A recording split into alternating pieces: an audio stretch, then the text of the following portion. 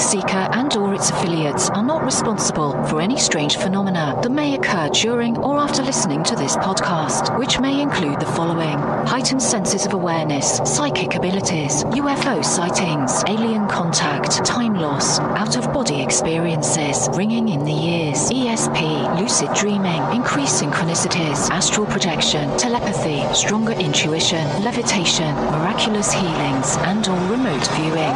Please be advised to listen at your own discretion.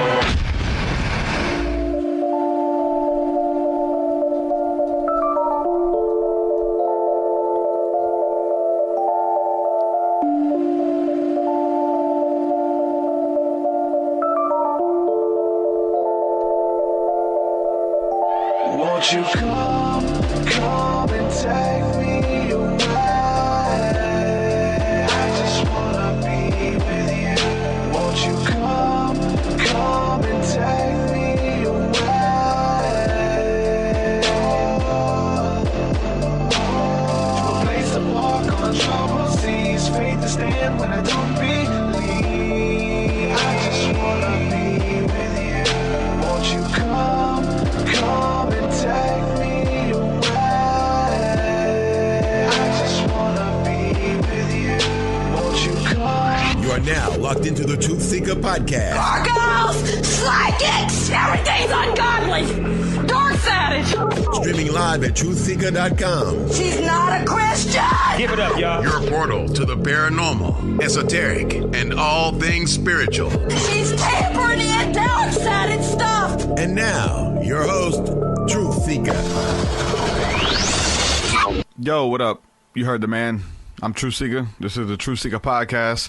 Excited and delighted to be with you guys again today. Got an awesome show planned for you all. I want to say a quick shout out, as always, to all the patrons, everybody supporting, man. You guys keep this thing going. There's value in this podcast that you guys are finding, and you guys are sharing it and supporting financially. Thank you guys from the bottom of my heart, each and every one of you guys. I think we're up to 71 patrons right now. That's crazy. It's blowing my mind. It really is. Thank you guys for all the support. I want to thank the latest patron that we have. It just signed up yesterday, Patrick O'Leary. Welcome to the fold, brethren. If you guys want to support my work and you want to see more podcasts and more music and see this channel grow, all that good stuff, head on over to patreon.com/truthseeker, and there you can sign up at any level of giving to support. You get extra podcasts, extra interviews, my full discography, which is 10 plus albums, all of my new music. Every time I get done with a song, it's going straight to Patreon before it comes out on an album. So there's been songs there that's probably been there almost a year now, that songs I've been done, and it hasn't been released to the general public until an album's ready. Well, the album is ready and it's available now. Doing the pre-order special and all that stuff. I'm giving away a big wall tapestry. Like, everybody who pre-orders the album will be in a drawing to get this cover art wall tapestry, being in a drawing for that. Also, every copy will be autographed, so I'm autographing all the copies.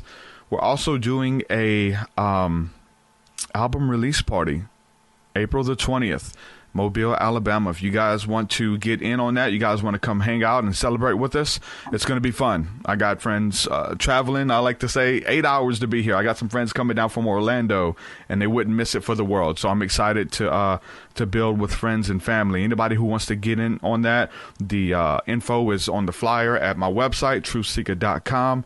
And yeah, it's a free show. So all you got to do is pay for your room and board or whatever to get here, and gas money or whatever, and the show's free. You don't even have to buy a ticket. It's going to be awesome. So yeah, thank you guys for supporting my work via Patreon. Let's see, I got a new album coming out. I got a new video that's released, and this is stuff you guys got to check out. Check out my new video, because a lot of synchronicities, a lot of stuff involved in that, and I'm going to do a video where I just go into detail explaining that video and breaking it down. So again, from the bottom of my heart, thank you guys for supporting my work. Patreon.com/truthseeker. And all the donations too. Man, you guys are awesome. Today's podcast, we're going to get into UFOs, aliens, spirituality, all that good stuff. And I like to talk to people who have had experiences and encounters. And so hopefully our guest today is going to be able to bring some of that to the table. It's different when, like, I listen to a lot of hip hop artists, and some of them just talk about the stuff that I talk about in my music because they've studied it. And it kind of loses the magic for me. Even though it's cool, it kind of loses the magic because, like, you ask them about the stuff they're talking about and they've never experienced it. You know what I'm saying? They're talking about UFOs and aliens and summoning UFOs on the top of Mount Shasta and all kind of stuff like this. And you're like, I want to get this person on my podcast to tell me about this stuff. Like, I'm really wanting to dig into this stuff, and you get them on and they're like, no, I've never experienced anything. You're like, dang, you talk about meditating and Kundalini yoga, but you've never done it. That's crazy. So hopefully our guest today, which is a hip hop artist by the name of ALLiTiz, maybe he's had some encounters because he talks about a lot of this stuff, conspiracy research and stuff in his music. Welcome to the show, brother. What's going on? True Seeker, thanks for having me, man. It's a pleasure. And well, as far as some actual experiences going, we might be a little lacklusting on that story, but let's well, there's something that got you into it, man. I mean, you know, I know we, you know what I'm saying, we just did a song together. Everybody go check out this song. We did a remix to one of your songs, and it's a beautiful track. Is it on? I think it's on iTunes right now, isn't it? Spotify, iTunes. It should be on all social platforms everywhere. It's called "We're Not Alone." You blessed me with 2 verses in the beginning, and really dropped some knowledge too, to where even a person like me that is, had some experience in doing some research. I had to take some of your lyrics, learn them, and go type it in and see what I could find, and even ask you, what was that type of ship you were saying? I had to. Maybe it's just my maybe you just couldn't understand me. It's my speech or something. But I know you've heard of the cloud ships. You've heard of that though, right? Speaking of Mount Shasta, definitely. Yeah. I was just telling a buddy, if you want to go see most likely some genuine UFOs, Google that and you'll see a few entering Mount Shasta, which I've heard are Andromeda and others are from there. But that's all speculation. Yeah, man. We're talking about, Project Camelot. I know you mentioned in that song, you mentioned Carrie Cassidy, you mentioned Project Camelot. It's always good to pay homage to the people who kind of bring this information out. And I think you found my work through my interview with her, right? Absolutely. So it's really cool. And I asked her about the Stephen Greer stuff. You know what I'm saying? When I got into ufology, Stephen Greer, was one of the guys who was making conscious contact, and I love the work that he was putting out. Speaking of Mount Shasta, there's a beautiful video of him where you could see like every star in the sky, man, and you start, and there's stars that move and stop on a dime and then do all kind of weird aerial phenomenon at Mount Shasta. That there's video from Stephen Greer, so that's cool. Yeah, I mean, Stephen Greer, he's also gets mentioned in that song. If you were into this stuff and you want to start the Disclosure Project video, testimony from credible sources, which still to this day, I have some opinions about Stephen Greer too. I don't think that all, aliens or crafts are positive. Yeah. That would just be like saying that, I mean, we're not all positive. And if we were to evolve even 5,000 years from now, are we all going to be positive? I think we have that potential, and I think everybody does have that potential, but this is a universe of chaos. And I think we will see negatives and opposites throughout. And so Stephen Greer, I just wish he would kind of adjust his message and say he's open to the fact that there could be, because there is a lot of experience, a lot of testimony, and it contradicts a lot of what he offers. But that being said, he is still one of the best people to get into, I think, if you're just getting into this. Yeah. The Disclosure Project just shocked me. It floored me because my whole thing when getting into this is after a while, I wanted to hear it from the horse's mouth. I wanted to hear it from military, scientists. Yeah. It had to be somebody with a little bit of credibility. Yeah. And sure enough, you go down that panel, let alone the 250 people that weren't on that panel publicly. Yeah. And then start doing your research on each of those names. That took me a year in itself to go down that list. And sure enough, we could have some people working for the government there giving disinformation. Most likely, maybe even half the panel was filled with disinformation people. Yeah. But if one of them one story, that's the was thing. Telling the truth, yeah. So when I go to try to wake people up, you know, like the friends, the family, where you're trying to just give them the quick, here, check this out kind of thing. That's what I say. If you're into this stuff, start the Disclosure Project video, testimony from credible sources, search all the names to see what's important. And then we get into Project Camelot. And I think that's a level up from the Disclosure Project, because you do start getting more out of the specifics, more into spirituality, more into nefarious stuff, a dark agenda, where Greer kind of kept it even keel. Mm-hmm. But yeah, I mean, to kind of get into Carrie Cassidy a little bit, by the time I got to her, this is it once again, it just floored me. If I was making music at the time, all I wanted to do was get into this stuff and check out all these videos, because it was just 3 hours of jaw-dropping stuff. And then, you start watching these videos, and are these people lying? Okay, maybe he's lying. Oh, the next is maybe he's lying, or maybe this person's genuine. Maybe this person's genuine. You have hundreds of people to kind of do that truth seeking with, and to kind of use your discernment and weigh your options. But that's a real tricky thing we have in this community is, who is true? If you hold somebody as true, are you holding it true because of facts or because of faith or because of, it's tricky. And to hold a belief system in hands or to have it be changed can happen a lot. And the foundation of our belief systems often gets shooken up a lot if we're doing the right things, I think, in this truth-seeking search, to say that again. Yeah, there's so many people, and it's kind of sucks, though, but I guess that's with everything. You got to figure out who's making it up. I mean, it's with every circle, though, especially when someone brings something to the table and has little to no proof. You know what I'm saying? It's just a theory or whatever. That's what I liked about Greer, is that they're going out doing the CE5 initiative, like going out under open skies, making contact, and ships are appearing, and people are getting in touch with spirituality and yoga and chanting and drum circles and stuff like that. And Greer and James Gilliland, they're kind of one and the same for me early on. I love James. I love his work. Yeah, I'd like to get out to his ranch one day. I know, right? It's still a dream. That's a guaranteed contact vacation right there. Yeah, that's a dream. Go out to that ranch and you're going to see something.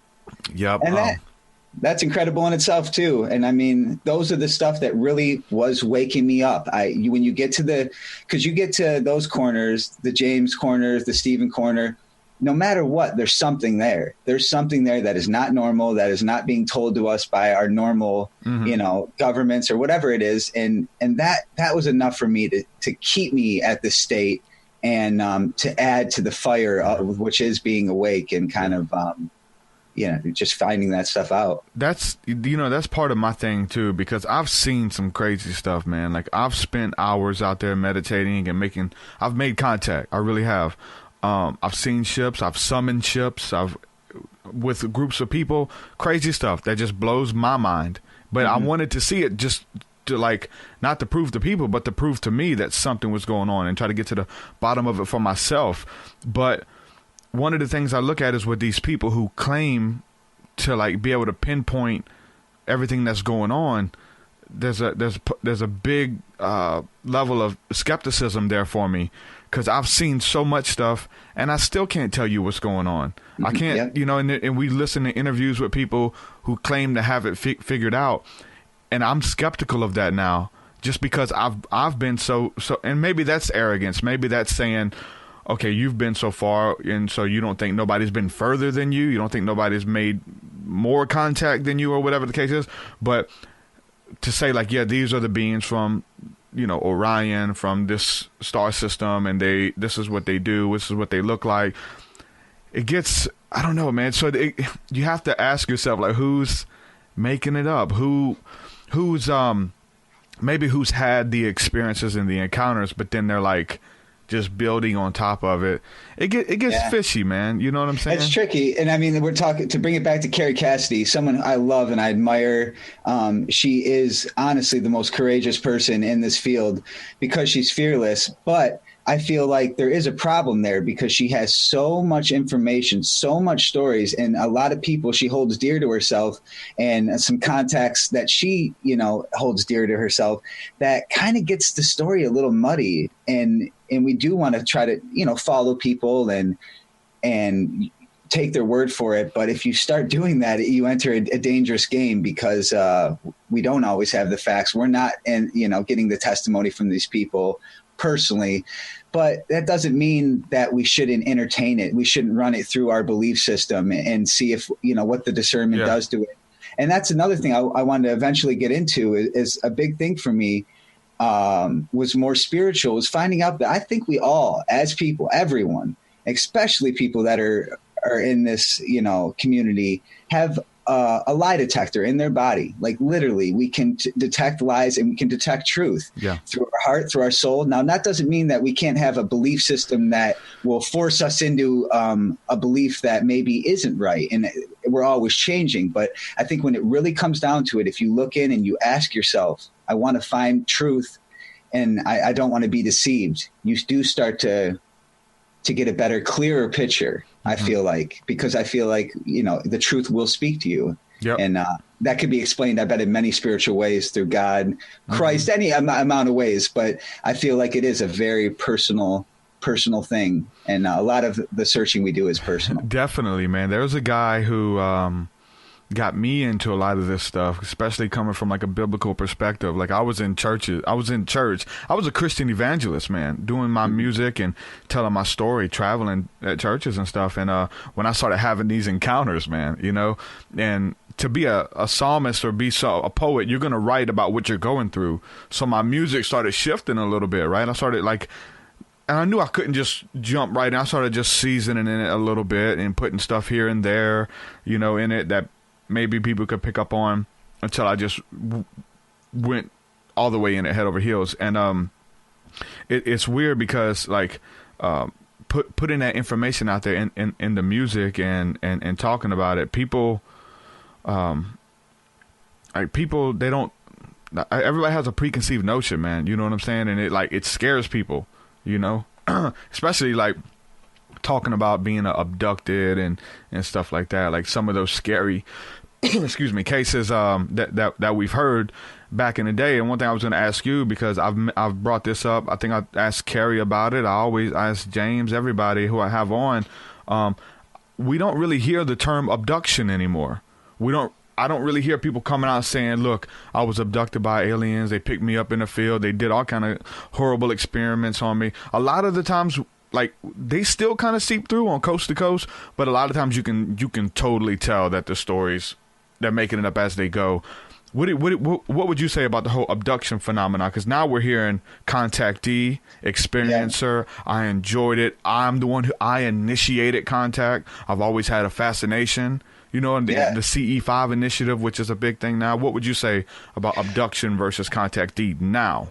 Well, actually, kind of connected to that, a buddy of mine who's a pretty big skeptic and a real big skeptic, but is very interested in this stuff, sent me an article that basically said since the dawn of cell phones, sightings have gone down substantially. And this can be actually backed up through MUFON, even though that's not the greatest, and other sources, that we substantially have less sightings since cell phones have come in. And my answer was to him, well, I was like, if they want to be seen, they'll be seen. If they want to be cloaked, they'll be cloaked. It's no joke. We purposely, I think, got most of our sightings before that stuff and in wartime.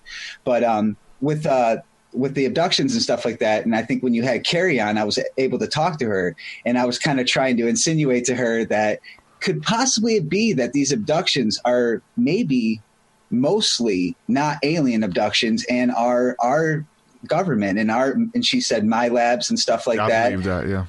And I really do think that Greer does have a point. I think when you do evolve to a certain point, you will get more spiritual. You will get more peaceful. We're not going to be here we're not going to be pulling people out of their beds to do experiments on them 1,000 years from our personal perspective. I don't think, Yeah. So to me, even though I think that has happened, and I do kind of subscribe to I've heard that we've maybe accepted the abduction before in a previous life. I do believe in reincarnation. Well, we're talking about the government. Like there's there's a theory where like the government agrees to so many abductions and let them do their experiments with people, right? Technology for one thing, and then we're talking about the MyLab. You're talking about people who recall these abduction experiences, and they wake up on a ship or in a room wherever they are, and there's these little green men around them, and then there's a person in military garb standing in the corner watching everything. Yep, and we've heard that maybe even that's costumes for the aliens, and that could be set up for the Project Bluebeam, which is another thing that I'm very into, but kind of as like a hot topic or you know. The Project Bluebeam, the whole thing kind of seems a little Hollywood, if you will. Like if we all of a sudden are having a fake alien invasion, we're in for it, and that would be truly exciting. But I've rapped about that, and I've bring that up when I'm talking to people about this stuff. That it is a scenario that I guarantee we have some holographic technology, some actual ships, and if we want to put on a show, we'll put on a show.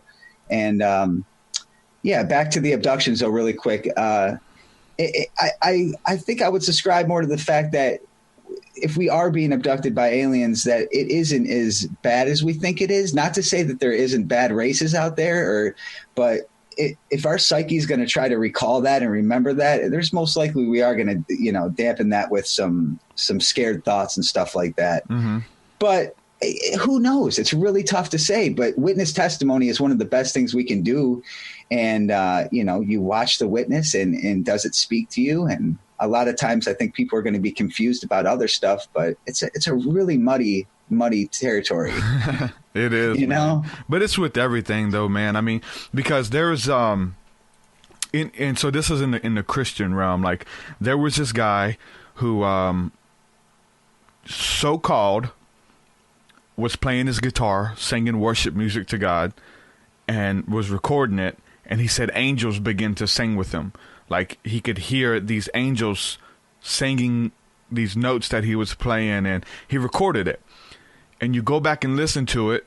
And to me, someone who deals with music, you can tell like there's certain harmonizing effects that you can do. I see you got a bunch of keyboards behind you, so you may know this. There's certain like harmony engine and things like that you put on your vocal that will create all these harmony layers and delays, and it's real beautiful sounding. And when I hear it, I want to entertain the fact that maybe this did happen. Maybe this dude did capture angel singing. There's been a lot of people claim to do that in the Christian realm, in the charismatic circles. But I can hear it. I'm like, man, that's a delay and a harmony engine. And but it got big. Like he was traveling to churches. They had him on the Christian talk shows, and they're playing it, and he's talking about it and stuff. And then there was some speculation between me and a friend of mine, and supposedly he came out and said that it was okay to do that. Like he made it up, but it was okay because it built people's faith. It got them more into it and stuff. And then we hear other stories now of people like in the Christian circles who claim to go to jungles in Mexico and reach people who are uncivilized and they don't have technology and stuff like that. And so they're out there dealing with these people who are into deep occultism and stuff. And they're seeing miracles. They're seeing demons cast out of people. They're seeing people being raised from the dead. Like, because over in these parts, if somebody dies, like they have to keep that body until they bury it. The government doesn't come take the body to the morgue and keep them there. And like if your uncle dies, he's in the back room until you guys bury him, that type of deal. And so they have all these crazy miracles. And there's a guy named David Hogan is one of the bigger ones. And there's a bunch of people. And then it comes to the fact that maybe they're making these stories up to build people's faith, to get people more into it. You know what I'm saying? And maybe that's the excuse that they have, that it's okay because it builds interest in the field type deal. And I kind of see the same thing with a lot of the stuff with, the UFOs and stuff. I think that's a great point. And I think probably, and I've done some research into how people lie, why people lie, because I mean, that's the field we're in. And I think you made a good point that I think a lot of the times people are in their psyche doing it for a good reason. And I've like spent some time where I didn't really, I was in the ascension circle or channeling and stuff like that. And we know, if you're an experienced researcher, that maybe a lot of studying on that right now, bro. And there's clearly something there, but I think a lot of the times too, if somebody were to be faking that, like a Bashar, I don't really trust Bashar that much, but I do think Have you heard me talk about this at all? No, I haven't, Okay. but I do think that he is in his psyche, and although he could be doing more like a connecting to the Akashic records or something like that, but I think he's doing it for people basically, and that's how he justifies it. I think he's doing it for himself. Yes, Because yeah. here's my theory, and like not in a bad way. My theory is that because it gets really deep. I've been doing a lot of biblical studying about familiar spirits and channeling and stuff, and I'm open to a lot of stuff. You know what I'm saying? I'm open to receiving impressions from spirits and things like that, and spirits being in your midst and changing the way that you feel. All this is biblical, right? But when we look at channeling of you tuning out and a spirit comes or a ghost and speaks through you, takes over your body. When we get into that, I think that Bashar, Abraham, I think that they have these messages within them that they feel a certain type of way about humanity. They have this level of peace that they want to share. They have prophecies and blessings for people that they want to share, but them in themselves don't feel qualified, or they're too shy, or who would listen to me? People would think I'm crazy if I came out. So you have a scapegoat. If you channel and say, "Oh, that wasn't me, that was Bashar." People do that with religion. Like getting the Holy Ghost in you or kind of something like that. There's part of that, but then there's the part of the scapegoat as far as, okay, you don't like gay people. Well, guess what? God doesn't like gay people. Oh, I love gay people, but God doesn't like them, right? So there's a scapegoat thing there where like, and I've noticed this because I have I have characters that I play. I came up doing prank calls my whole life, and I had a YouTube channel where I would do parodies and stuff of this old religious, bitter redneck guy, pastor. And I could do the voice really good, and people think he's a real dude. That's the thing. And I could say stuff with confidence as this guy that Derek couldn't say. I'd probably get in trouble if I said some of the things. And so it's a confidence there, and you really do channel a persona. Like you change your voice, and when you get into it, the deep stuff that gets really deep is that you study. Because I was just doing this on my own, watching the stuff, and it's like, you know what, man? I watched a documentary on ventriloquist, and it's the same thing. They got the puppet on their hand, and it's a little shy, timid kid, little nerd. He's never had no social interaction, but he's watched a lot of movies. He knows what to say, and then a fine-looking woman walks in. He's like, "Hey, Toots." He can talk to her and say stuff that this shy, timid kid would never say. But hey, it wasn't me. It was the puppet, you know what I'm saying?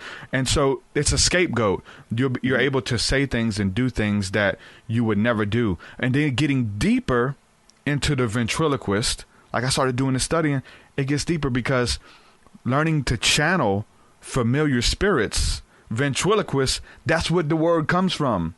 The word comes from channeling. Like something coming through them. Yes, that's what the Oracle of Delphi and the ancient Greeks who would do this stuff. They would channel spirits and let spirits speak through them. And the word for it was ventriloquist. They were called the ventriloquist. There was no puppet. They were the puppet that the spirit was speaking through. It gets really deep, man. I'm open to a lot of stuff. Yeah, but you have to use the discernment and be careful and know. Like I went on some, and I have a lot of people who support me. I went on a show where people channel, right? And I've told this to them. They kind of got upset with me, and I said, "Look, it ain't nothing personal. This is what I've been studying. I'm bringing it to the table. You're supposed to be confident enough in what you're doing. Where if this is truth, it's truth. But if it's not, then it shouldn't. I'm not accusing you. I'm just saying that this is a theory, Now, we were talking about David Wilcock earlier. I mean, he's tried it himself or done it. Yeah. And he's tried to channel Ra. Are you familiar with the Ra session? Yeah. That was one of the crazier channeling for me, because I felt the information coming through her was definitely not at her caliber. She was talking about stuff that was way more way more intellectual and talking about the future and shit. And that really got me, the Raw sessions did. But also with that, I kind of started doing my own research. And from what I understand, and I know I mentioned a little bit earlier that I believe in reincarnation. I want to get into that in full later. But that I think that, say, if we were to die and we died a person that was a hoaxer, we're still a hoaxer in the next life. And if channeling is a way to kind of spiritually cross over, I think a hoaxer in one life can be a hoaxer in the next. And I think we also have people that are playing the same games they played when they're alive, when they're in their waiting process to reincarnate. Like a ghost, yeah. Because channeling to me is something that can be intercepted. A trickster, right? And I've heard that from other people, that be wary of the channeling because it can be intercepted, and then the message can be whatever they want it to be. But that being said, there's stuff coming out of these channelers that, in certain, truthfully, Bashar hasn't dropped my jaw with stuff he's saying. He's more kind of insinuating. The Raw sessions did do it for me. And are you familiar with the Allies of Humanity? No, not by name, no. Carrie Cassidy had this guy on, I can't think of his full name, but he's basically doing some channeling, but in a different way. He's saying that there's this race that's however many light years away that will not make contact with us because they don't make contact with people, but they are going to give us some guidance, and they're going to tell us about the troubles we have facing us in the future. And he's this real innocent, nice guy, and the stuff they're saying is not an agenda by any means, but it makes me think, for one, is he doing it just to help humanity himself? Two, is it intercepted and are somebody just playing a game? Or three, is it just BS? Well, these people could be, I don't want to say fooled. They could be like Carolyn says here that Daryl or Bashar says that he doesn't know if he's channeling, and he said that he doesn't know if he's channeling an entity or if it's his own subconscious or what. He doesn't really know what it is. I think that the mind is powerful. I believe that we can pick up on when we get into spiritism and things like that, and being influenced by spirits, impressions. I mean, the church is founded on that, speaking influence of the Holy Spirit is what's called prophecy or prophesying, is speaking with the utterance of in the power of the Holy Spirit, and it's not you speaking. Like, I've experienced that too. I've been on this podcast and I can feel the Holy Spirit be upon me, and I know that the words that I'm saying are influenced, and it's moving something in the spirit realm. It's touching people, like I know, and when it's done, like I'm back. I don't zone out, but I know that when I'm speaking, it's for somebody. Like, it gets really deep, right? But there's many different layers to that. When we're dealing with the subconscious, man, I have to bring. I'm like you. I'm doing the research. I'm bringing it all to the table, and I've noticed, like, I've done similar stuff with the voice that I do. Am I channeling a deceased, old, bitter preacher? Because, like, people think it's real. I'm able to say stuff. It's hilarious. It's very funny. It's a weird thing, man. And we have to consider everything. I'm not saying anything for a fact. All of it could be in our heads. The Holy Spirit, channeling the Holy Spirit, that could be in your head. That could be just your higher self and you connecting with all that is good, or the parts that are good with you. We could do the same thing with all the negative stuff. But it's the scapegoat thing. There's things maybe now that I want to say about people, but I don't. I'm trying to keep peace.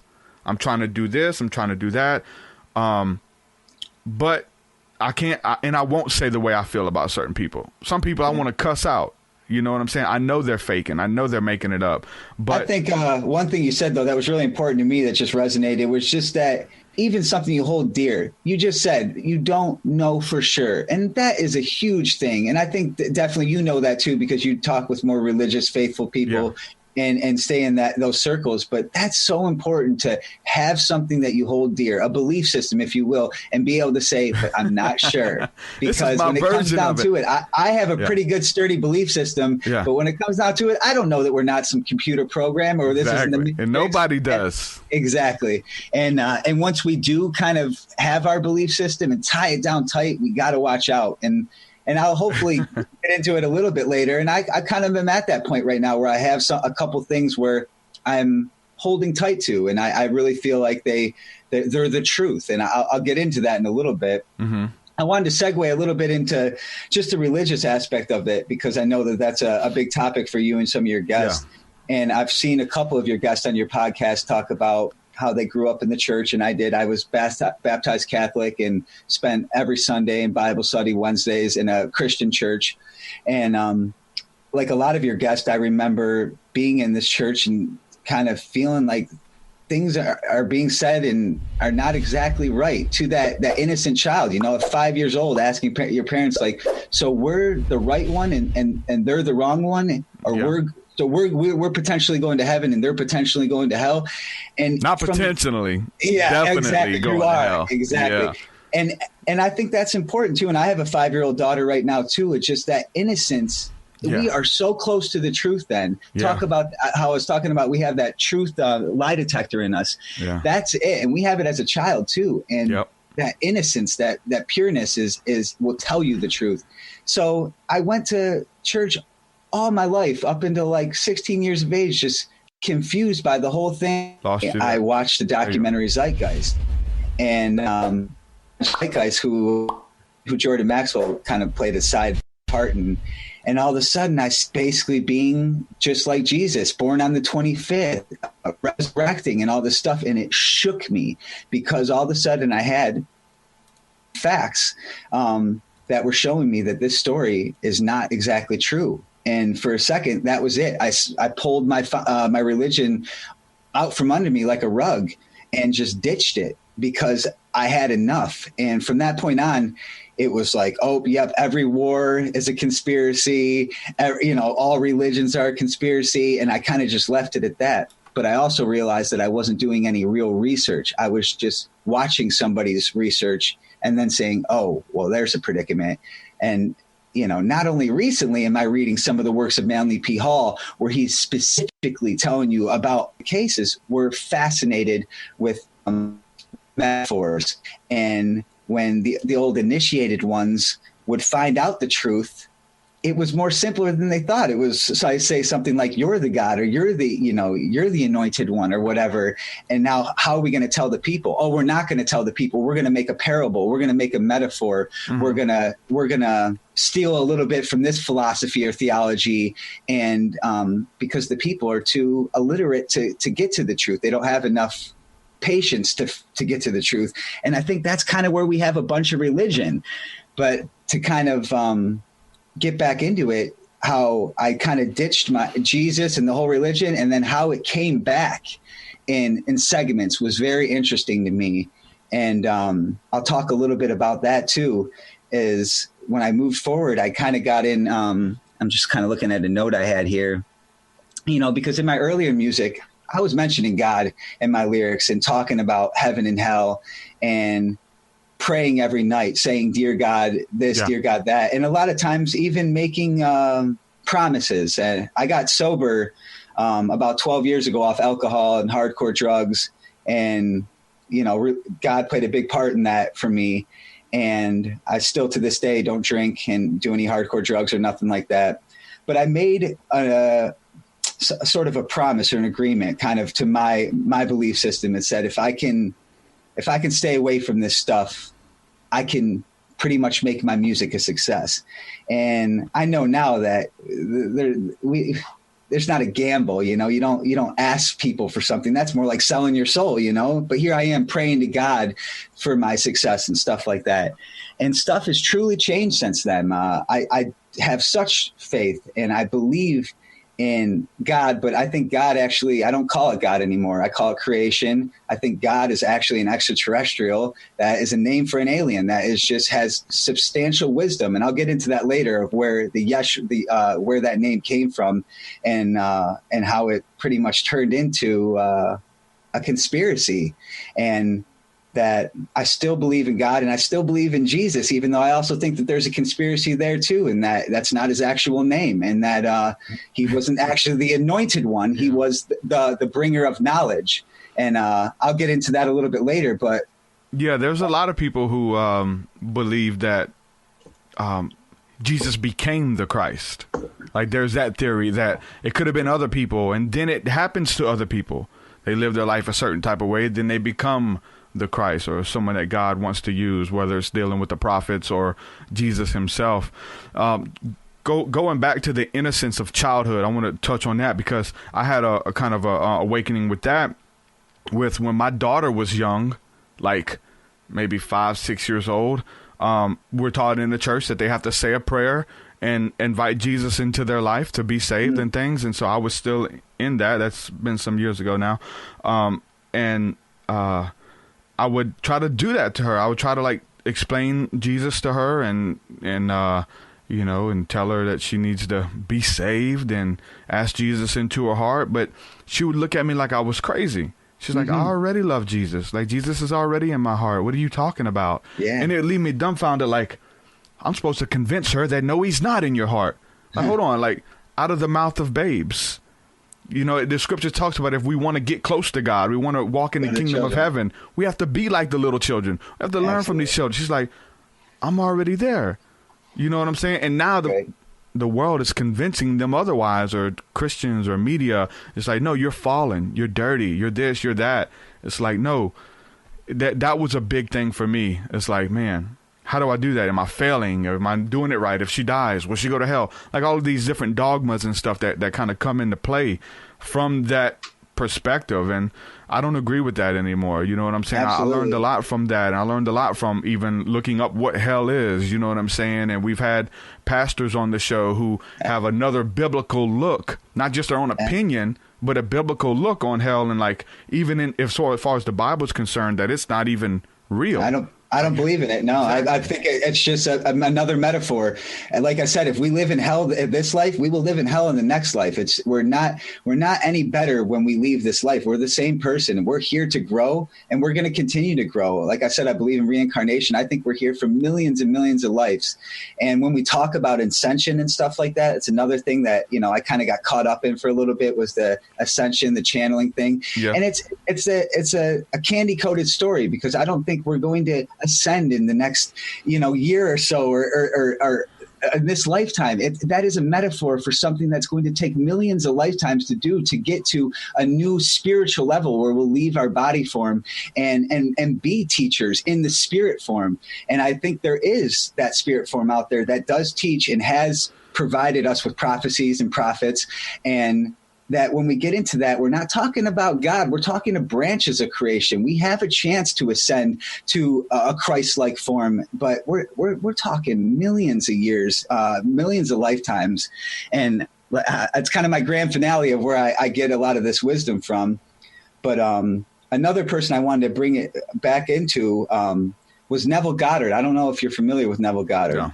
This man did a huge thing for me, because when I was kind of absent from the Bible, and I've read the Bible, the New Testament more than once, the Old Testament at least once, and this Neville Goddard guy, what he basically does is breaks down the esotericness of the Bible and shows that anytime we're talking about certain things, we're talking about Christ within, and that God is just creativity, that you as a person, if you think of something, you can create whatever you want. And I truly believe that. So Neville Goddard was one of the first people to bring up a thing he called it the law of assumption, not the law of attraction. This is the law of assumption. If you assume something, it will happen. And he goes over and over and over again and lecture with numerous people he's taught this skill to, that he says that basically anything you want, you can have. You just have to assume it.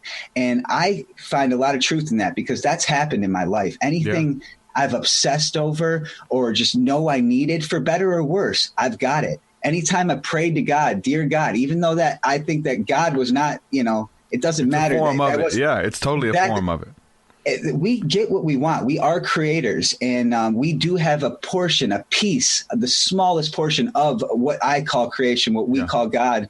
And I think we can have whatever we want. And you talked about earlier, like, what experiences have I had, like, you know, with UFOs or anything like that? The biggest experience I've had is closer to magic than anything. It's that. It's using the law of assumption and getting what you ask for. I have a strong feeling that, you know, anything I'm going to do it. And that's why when my old gamble with God, please give me this music dream, is still very relevant because I won't let it go. I will. You see all the stuff behind me. I will be involved in music, whether it's writing songs, making, songwriting, A&R managing. I will do something because it is my life. I've assumed it. I know I will. And here I am. And then we get more synchronicities because once you know what you want, it starts happening a lot faster. Neville Goddard. Have you read The Alchemist? No, I haven't. That's definitely. You gotta. You're slacking. That's gonna be the icing on the cake for you, man. Okay, that's like the last person. I got to do it now because like 4 people have recommended that. Yeah, especially everything you're talking about right now. You have to read it, definitely. Yeah. But just Neville Goddard though. Check out some of his talks. Yeah, there's some people in the chat right now. Carolyn says she's devoted to reading his works. Excellent. He's excellent. Just and such a genuine guy. And he's a believer. He believes in the Bible. He's just it's esoteric. Let me ask you this: did he have a book with the alchemy symbol on it? I don't believe so. Okay. Are you talking about a blue book though? Yeah. All blue? Yeah. I think I know what you're talking about. I had that book and the name sounded familiar. I didn't know who it was. It was like referred to around the Manly P. Hall type material, and I had it. And I want to say the name's close to it. Well, I'm not 100% sure, but I'll check it out. Right around the same time, and I know you're familiar with Edgar Cayce. Yeah. That was another thing that kind of brought my religion back in, not religion, my faith back into my core, because Edgar Cayce was another devoted Christian or Catholic, I'm not sure, but he was somehow the sleeping prophet, was doing these incredible things, was curing diseases, was making predictions. He was the first person to talk about the storage banks, the Akashic records, which is one of my favorite topics, because basically we talk about truth seeking. With the Akashic records, we're good people. No lie will be untold, because the Akashic records have the storage banks. They have everything that's happened. And when we need to find truth eventually, we're going to go to the Akashic records and we'll find the truth, and liars will end then. And that's probably hundreds of years from now when we are all able to. But, you talk about channeling. I think we're able to get in connection with the storage banks. And from that, we are able to pull all knowledge. So if there's somebody that's channeling, giving this incredible knowledge, well, it's up there. It's in the universe. The universe is a computer. We are expanding and always storing our information. And man, if you haven't looked in the Akashic records, that is one of the funnest rabbit hole adventures there is. And Edgar Cayce, the sleeping prophet, was a big thing for me, and let alone a person that had these anomalies happen and then still kept his faith. I went to his old shop. He's actually from Selma. What is it? I thought, is it called R or something? His it's actually like it's a store now, but his old studio that he used for like the photography stuff for a while, because that's like the perfect example of somebody trying to make a living and being a spiritual person as well. He had to, like, you know what I'm saying, he was into photography and stuff like that to kind of pay his bills, but then he would do those sessions and stuff. But no, there's like, they actually have a big plaque in downtown Selma, Alabama, a big plaque that says the Sleeping Prophet, and there's this big write up on him, and it's really cool. It's right there in front of his shop. I went out there and took a picture in front of it. I used to travel a lot for work, and it's about 2.5 hours away from here, so I got a picture with that. I thought that was really cool, because I didn't even know until I drove by it one day, and I was like, what?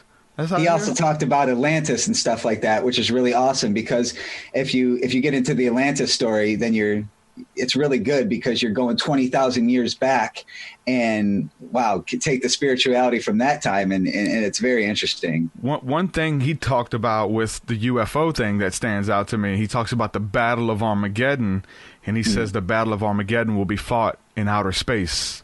Like the spiritual war for the end of the world and the ruling of humanity or whatever, it's going to be fought in outer space. That's something that he brought to the table too, which is really cool.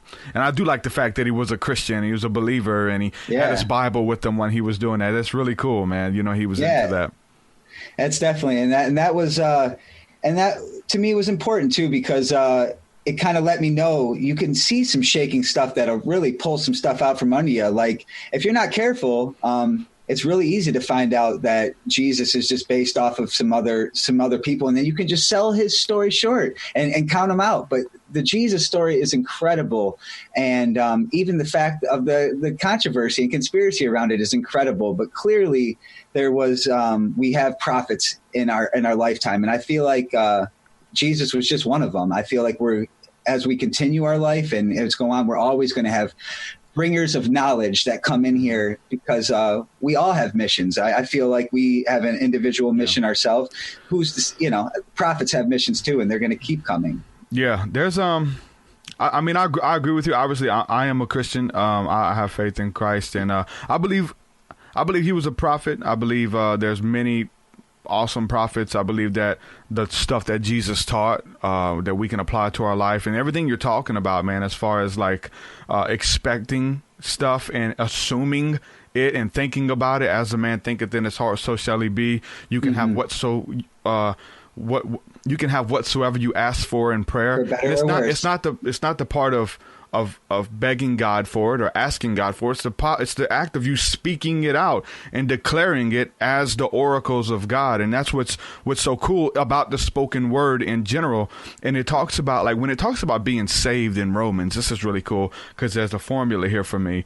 It talks about if you believe in your heart and confess with your mouth, then it's established, like you'll be saved or whatever. And it's just like that for us. Like, we can have these thoughts in our mind or these dreams in our hearts. You want to be a musician, but when you connect that thought with your spoken word and you declare it, it begins to manifest. You begin to tell people. You kind of get into the power of the I am. I don't want to be a healer. I am a healer. I don't want to be a rapper. I am a rapper. And watch me do it. I can show you better than I can tell you. This is going to happen for me. I do that with the podcast I talked about. I use it as a form of prayer too, because I'm connecting with the universal power. I'm connecting with this creative life force, this pranayama, the Holy Spirit, which permeates through all life. We're connected. So when I pray, I connect with the energy. I connect with God, as we call it, or Jesus or whatnot. And it's beautiful. Something's watching over us, man. Like something, and that's what's cool about the whole alien thing, and it ties into this. We're talking about aliens being, I believe they're angels. I believe they're spoken of in the scriptures and traveling back and forth from heaven to earth, people fasting, people making contact with angels that are traveling and meeting them and telling them things about their life past. Like I've had experiences like that, and that's why these guys, like, I can come as a Christian to the Disclosure Project and listen to these and like have biblical references for it all, because that's just how my mind works. I can go back and have chapters and verse. Okay, well, that reminds me of this. And people talking about fasting and not eating meat for a certain period of time, and then having angelic contact or UFO encounters. I'm like, dang, like Daniel did the same thing. Elijah, they were caught up and seeing visions and these scrolls in the air and these tubes, what they call them, scrolls, fire by night, cloud by day. We're talking about the cloud ships, you know what I'm saying? So it all runs together and paints this. We have to look at everything. Absolutely. We can't just say, you know what, this is it. And we have our truths because we have what works for us, and that's all we can have. Like if something doesn't work for you, then I wouldn't promote it, I wouldn't share it. But if it's something that's bringing joy and peace to your life and to the people around you, it makes you a better person, I'm all for it. And I think you make a good point there, and I think a lot of people could take advantage of this. As I think when we get into this community, into doing conspiracy research and stuff like that, religion and the conspiracy research can kind of separate sometimes, even though they're so close together. I really feel like we need to come together more. And like you did, you can, say you hold one belief. It doesn't matter that you can go to another thing and experiment, have an experience with that.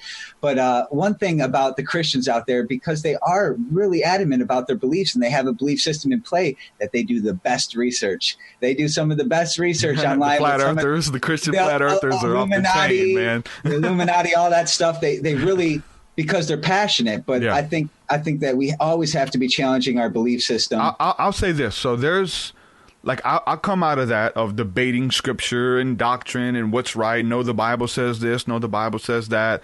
Like, I come out of that. So I try to stay far away from it. But I've experienced that going on these other shows. I've experienced that with Carrie Cassidy.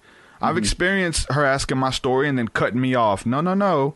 This is it. I'm like, you have me on as a guest to tell my story. Now you're cutting me off doing this because you have an agenda. You have something that you're trying to push. And I've experienced that from the church people. Like when you sit down and you debate doctrine or about the Trinity, about who Jesus was, about Christmas. And nope, Christmas is pagan. It's not of God. And they'll cut you off. And as a matter of fact, and I try not to do that, even though we have difference of opinions and stuff. I'll let the guest speak or whatever. And I may try to, kind of give my opinion at the end or whatever. But I don't try to debate people or get uncomfortable or something like that. But it's that same matter of fact. But you got to look at it. Like they base their life work upon this. Yeah. And Christians, not only their life, but their eternity. They base their eternal salvation on I have to be right.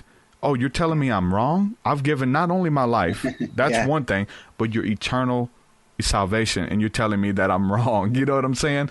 That's where it gets into this fight or flight, and no, you know what? You're stupid. I'm done with you. Don't listen to this guy. That kind of stuff.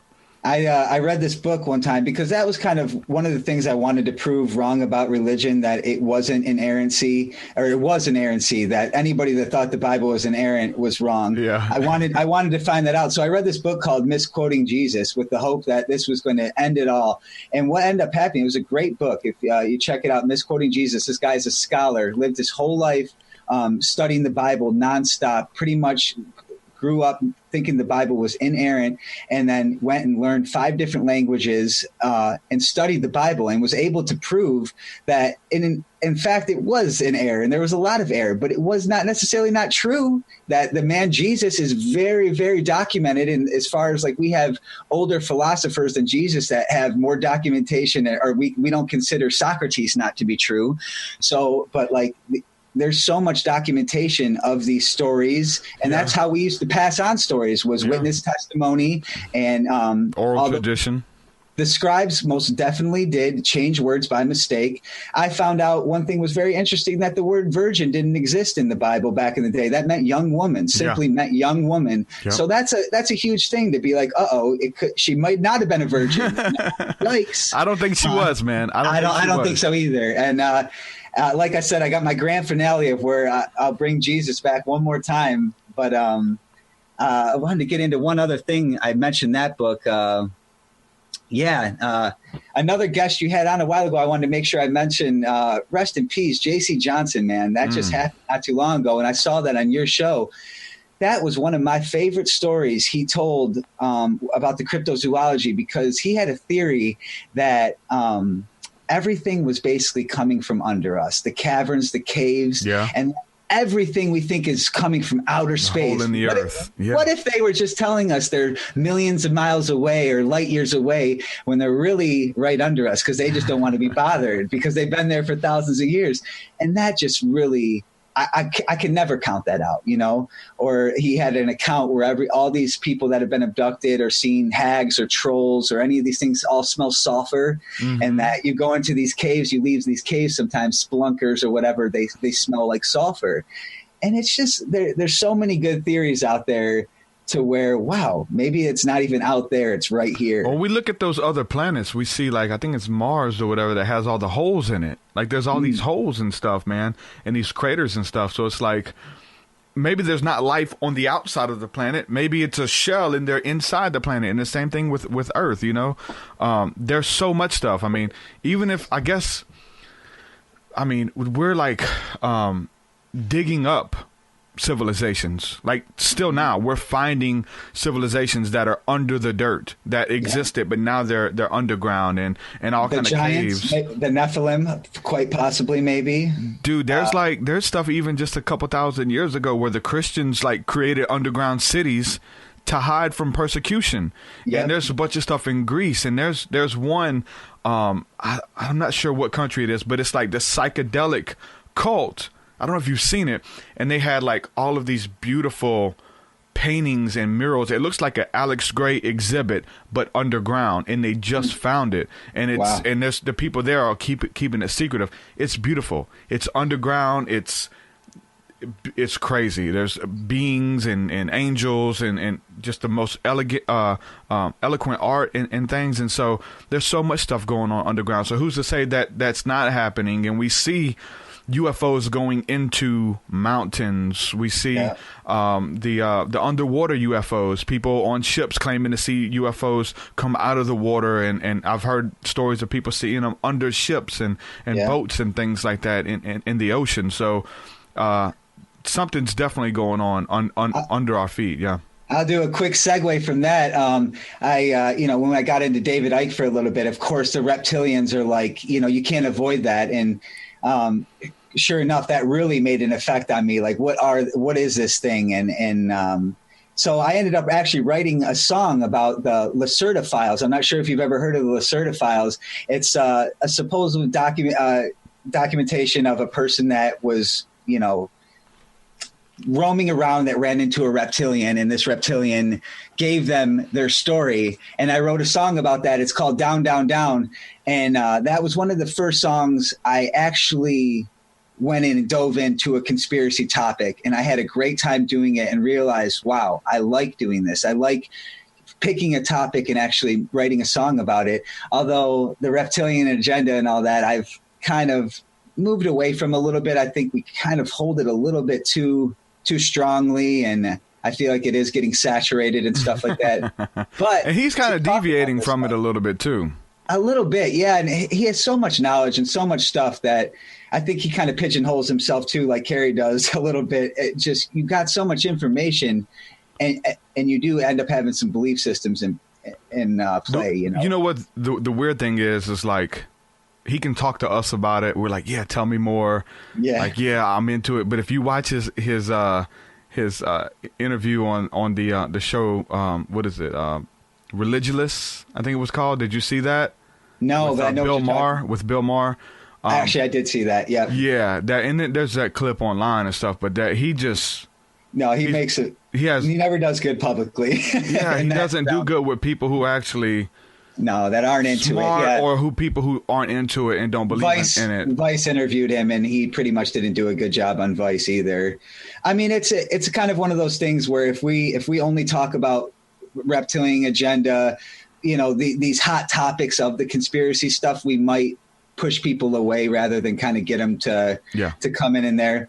But to kind of go off that a little bit, and on our song "We're Not Alone," I actually wrote that song almost 4 years ago, closer to when I was just starting to wake up. And in the chorus, I list the alien races: Anunnaki, Nephilim, Anunnaki, Pleiadians, reptilians. And although now I realize, I've made a name two of the same races as two different nicknames from, because the Anunnaki, it seems, could be the Nephilim, or the Nephilim could be the Anunnaki. The Anunnaki could also be the Nordics, and all. It's really wild that there's clearly these races out there, but who's who, what's what, and to kind of point people in the right direction to hear, you should go check out the Pleiadians, which I actually, I'll get into that in a little bit. I put a lyric out in my new album. It's contact with the pale Pleiadians who resemble Ivanka. Practice tantra. In my mantra, let's talk about how the Pleiadians look like Ivanka Trump. Hair. You know what I'm saying? Yeah. This tall, beautiful woman, or whatever the case is, blonde hair, blue eyes type deal, and you know what I'm saying? The pale Pleiadians who resemble Ivanka. Practice tantra. And my mantra is banish monsters. Glory to the Father. Yeah.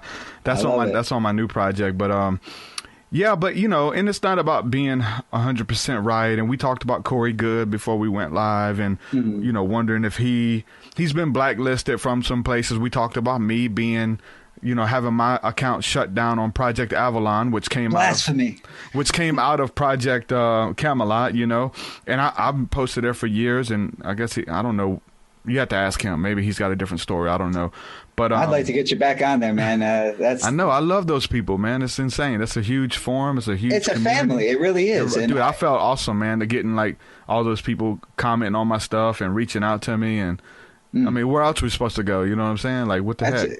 It's a community, man. That's why I was even saying, even if we are, like, if Corey Good gets proven to be a hoaxer, let's not banish him. Let's just, let's make it I want these stories to go public so we know we can practice discernment and know the blue Avons are not real. But let's go on to the next one. What is real, Yeah. That's what's good about it. And I was kind of putting it where you were talking about, maybe getting it wrong. You name the same race twice or whatever the case is. And I don't think it's about getting it down to the T. I think it's about sparking creativity and wonder and getting those people out there to get into the work and get into the field and look those terms up and let them make those assumptions on their own. They're like, wow, okay, who are the Palladians? There's people listening to this right now have no idea what the hell a Palladian is. And this is early stuff that for you. Sure. You've been hearing about this and researching it for years. So it's about putting that stuff in the music and in the interviews and stuff and like piquing people's interest to let them do the work for themselves. And then once they've done the work, they can come back and listen and be like, and learn more, and we talked about the LCLB, the Lost Children of Babylon, before we went live too, and how like, when I was just coming into this stuff, I was listening to their music. I didn't understand the majority of it. Okay. And then I would be reading Manly P. Hall and I'm like, damn, that's what they're talking about. Yeah. Wow. And they're talking about like the initiation of the pyramid. Then I read about the initiation of the Great Pyramid in Manly P. Hall's book, The Secret Teaching of All Ages. And I'm reading that right now. It's beautiful how things just kind of come together and people experience that through our work too. Yeah. They're like, man, Trucy, you said this, and then I was watching a movie, and now I know what you're talking about. Like, that concept was in this movie, and then it's in the Bible here, and this type of stuff. So it's just creativity. You're talking about God is creativity. I believe it, man. God is a creator, and if we're made in the image of the creator and the likeness, we're to create too. And us creating, hopefully, good stuff, that's what we're trying to encourage people to bring something beautiful to the table versus creating deception and destruction and things like that in a negative way. But when you create something beautiful, man, I think you're honoring God. I think you're worshiping God to the highest extent because we're Absolutely. made in that image and likeness. I believe that, man.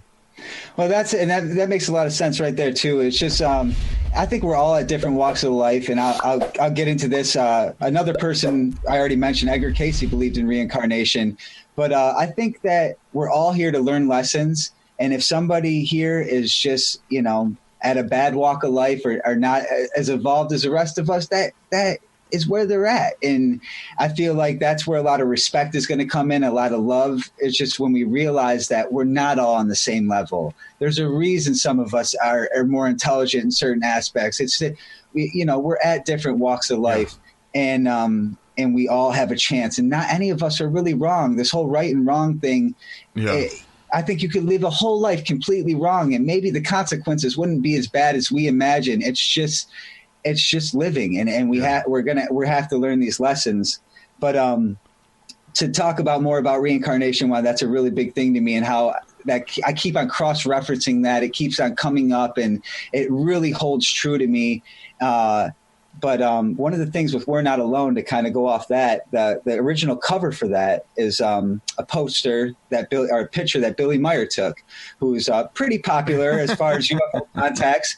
Now, he's pretty popular as a hoaxer for the most part, because it's pretty easy to see that. Those girls that he had, were like entertainers and stuff. He said that they were the Palladians. And well, actually, that he spoke on that too, and he's actually had that girl that was in that photo talk to him, and they explains why that picture was falsified, and that he's up against it himself. But that picture was a photo taken by Billy Meyer. It was actually on the original X-Files poster. I Want to Believe was the Billy Meyer photo. Yeah.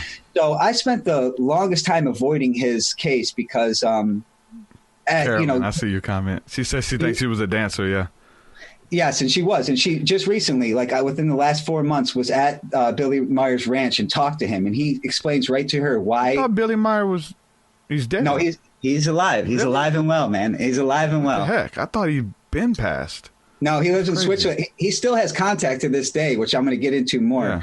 So I got into Billy Meyer's case, and I started reading his contact notes, because he has up to 600 plus contact notes with the Plejaren, not the Pleiadians. The Pleiadians, they made that name for a certain reason, but it's called the Plejaren is what they are. And I started reading the contact notes, and quickly I just started realizing I'm reading the best story I've ever read in my life, period. Period. The best story ever. Now, I read it the whole way thinking, okay, this is a hoax. This guy's a hoaxer. I was the other way around. Incredible. This is incredible that he is lying about all this. And not until about the end of the 200th contact or something, or before that, I realized this man is not lying. And he has evidence, substantial amount of evidence to prove that he is telling the truth. He has the most photos ever taken of craft. He has group witnesses that have witnessed multiple crafts with him. He has metal samples that have been given, that have been tested by multiple scientists that cannot be proven to be from here. He has sound and film testimony. He has multiple prophecies and predictions that have came true. He predicted the internet. He predicted 9/11. It goes on and on and on. And basically, I've sent some of my biggest skeptics, my friends over there that, one of my buddies that's a doctor who is really well versed in doing good research and stuff like that. I was like, go prove Billy Meyer's case wrong. Go do it. Go prove it wrong. And you can't. Now you can, however, go spend an hour online and watch a video that shows, this wedding cake UFO that looks a little bit unbelievable, or those girls on this show that was on the Ed Sullivan show or something. There was some, and there was another guy who got big over here in Gulf Breeze, Alabama, or Florida, and he would have these little pans or pie pans or whatever, and there would be these little UFOs that he would shape and make, and then he would hold it out far, and he'd take a picture of it, and it looked like it was real, or they would be hanging from a string or whatever. And then he had a bunch of sightings that he can go out and have these sightings or whatever. And I did see some pictures from the Billy Meyer stuff that was these little models or whatever, and he's standing up close to them. But if when you're away from it and you have it with the landscape, it looks like a legit huge flying saucer in the field and things. Yeah. He definitely he made some models, but that he basically said that he never used a model in the photo. What ended up happening is he would send his camera into a place to get it developed, because this is well before all that. He'd actually have to get the film developed.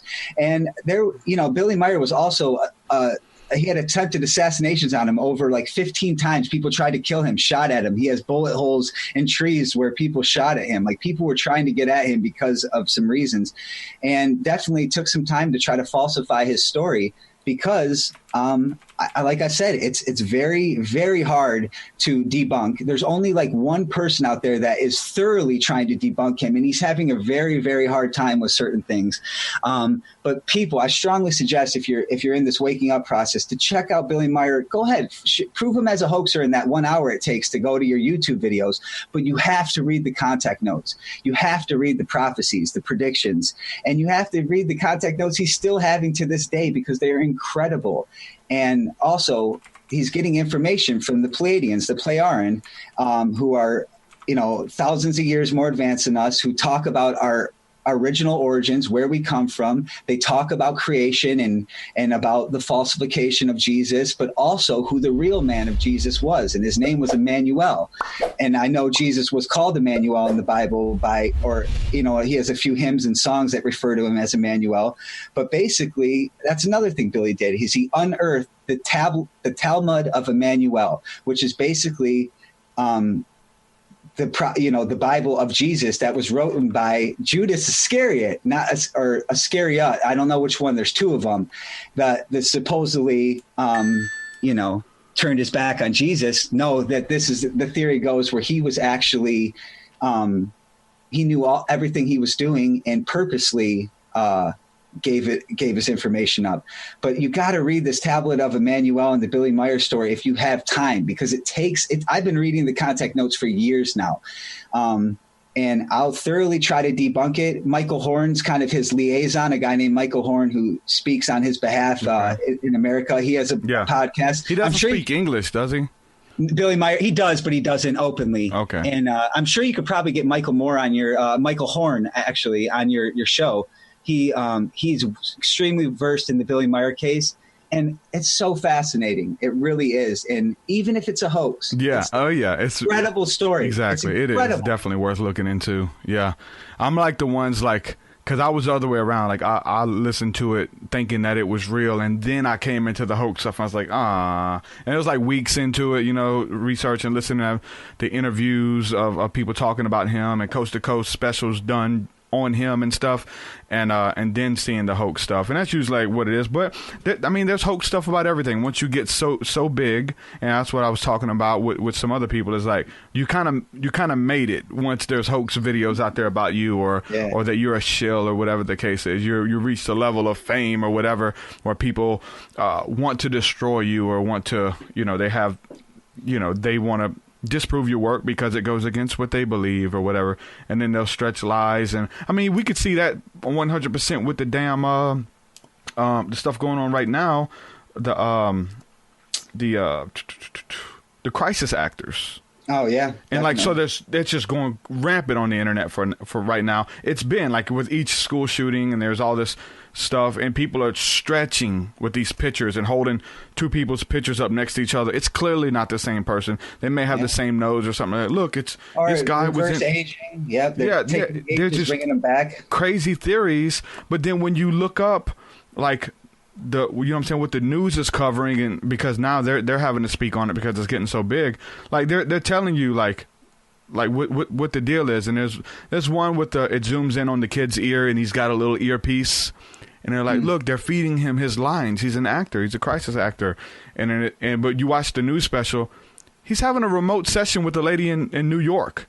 He's being interviewed by a lady in New York, so he's got an earpiece so he can hear her. Like, there's all this stuff, and somebody who's good at putting together YouTube videos can do that, and people would believe it. And that thing's had like over 100,000 shares on this false flag information stuff that people love. They eat it up.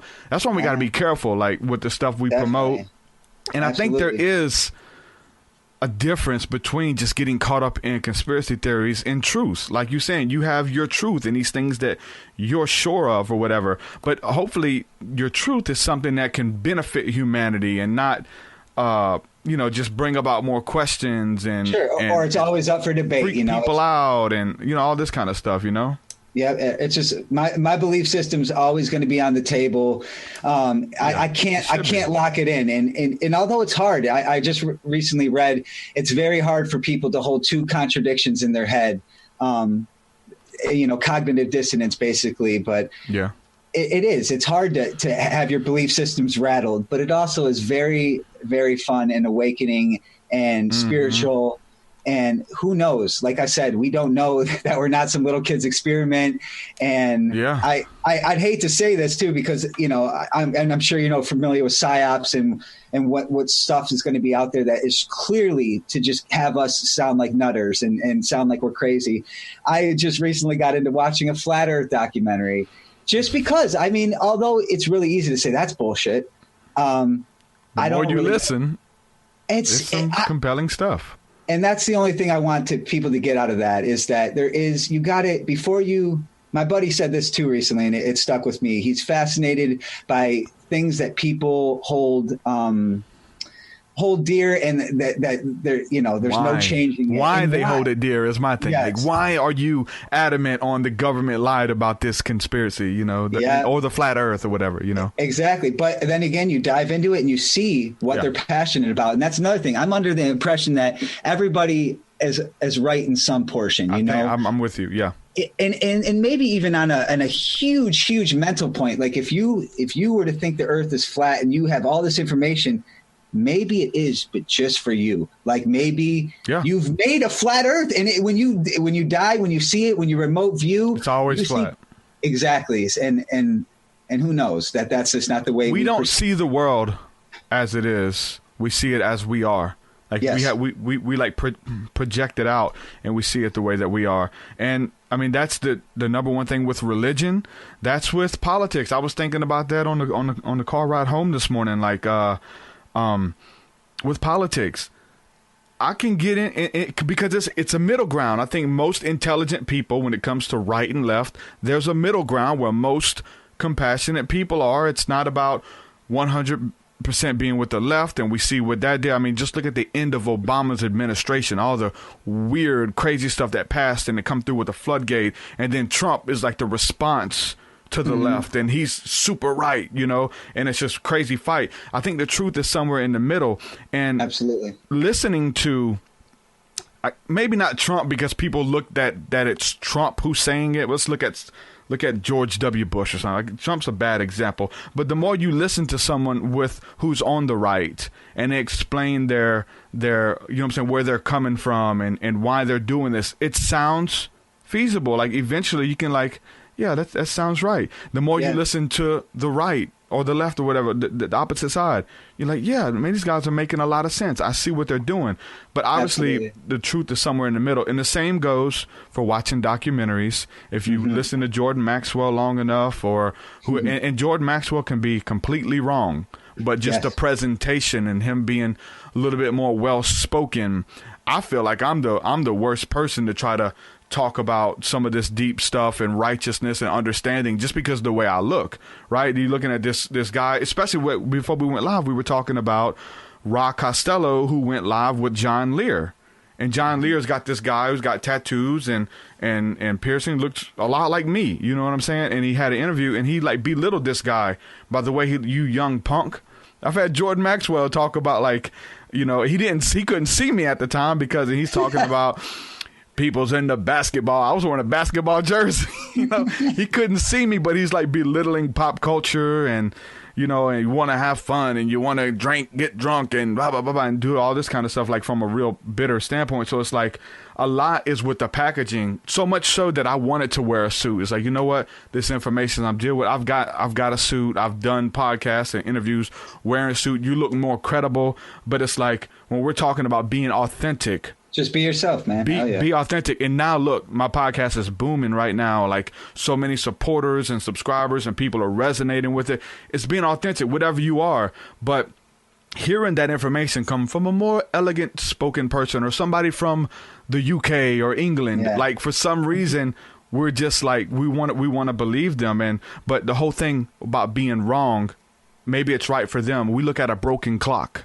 A broken clock is right twice a day.